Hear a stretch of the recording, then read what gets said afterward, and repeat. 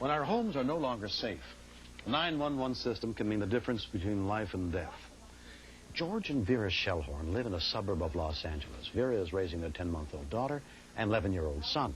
George owns a trucking business and often keeps a lot of cash on hand. On Sunday, February 12th, the Shellhorns were at home watching television. The events that followed are reenacted by the Shellhorns just as they happened, shortly before 9 p.m. George had the flu and the baby was fussing when someone knocked at the door.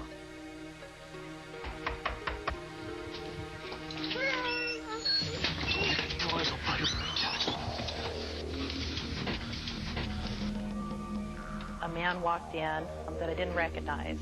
Well, sir, my son, he's in his bedroom. I was thinking, we're going to die.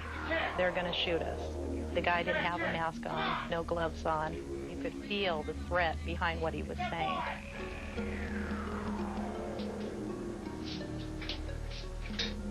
Mom! I heard my son screaming when the guy went in his room, and then I didn't hear nothing. I, figured I've got to do something, and I assumed they're going to kill us regardless, and I want to make sure somebody knows what's going on.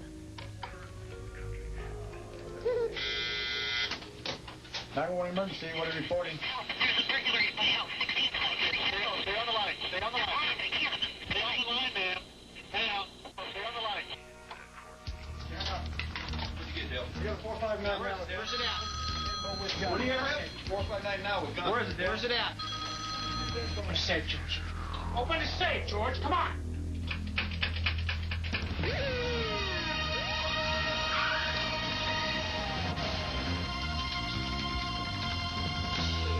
I started worrying about the 911. I didn't sound like myself on the phone, so I thought maybe somebody was taking it as a crank call. The San Dimas Sheriff's Department was taking Vera's call seriously. You don't want to go knocking on a door in a situation like that, especially when there's weapons involved, because we don't know the people. Anybody could come to the door and say, yeah, I live here, everything's all right, guys, or they could come to the door with guns. So we're not going to just go barging into the house until we know what we have.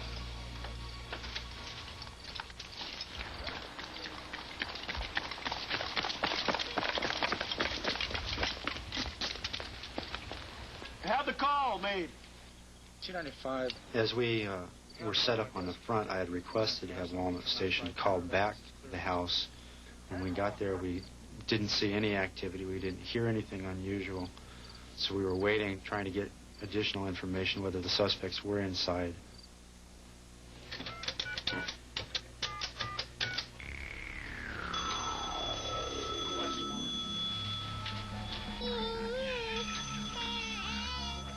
It was a different man that came back in. He was very nervous and told me, don't answer the phone, don't do nothing.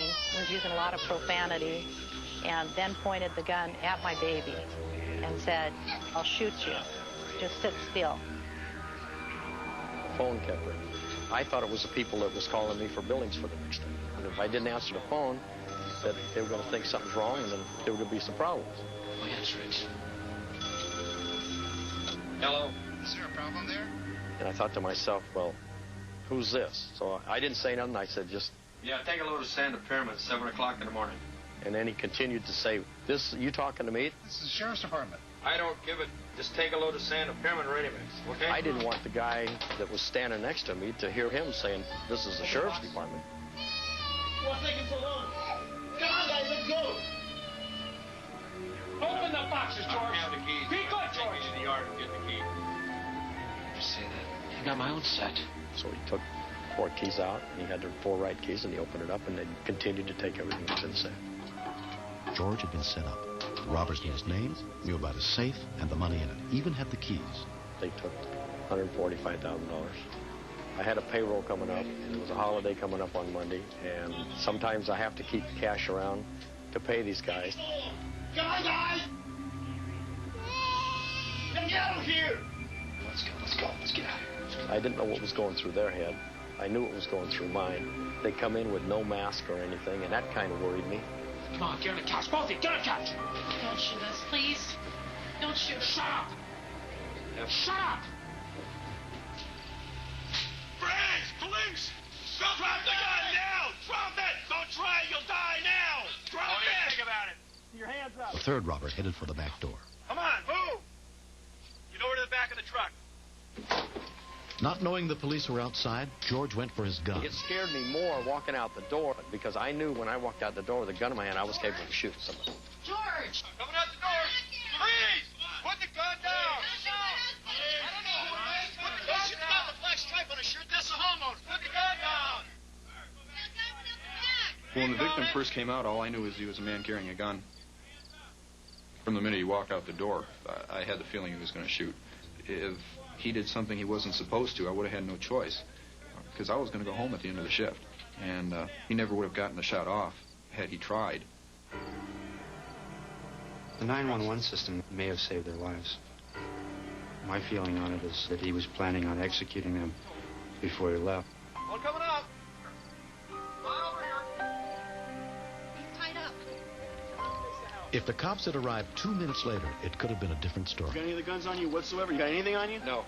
I didn't want to die, and I just felt like I had to do something, that I just couldn't sit there and let this happen. You live here? Yes. What's going on? Anybody else left in the house? You know, I love my family, I love my husband, Shh. Are you okay, Adam? and thinking about losing my kids, you know. You just feel like somebody's taking something away from you that's more valuable than anything else that they could come in and take. You know, your material things. They don't mean as much. 2 men were caught in front of the house with all the money and loot. One pleaded guilty to weapons violations and residential robbery and was sentenced to 4 years in prison. The other is awaiting trial. The man who went out the back is still at large.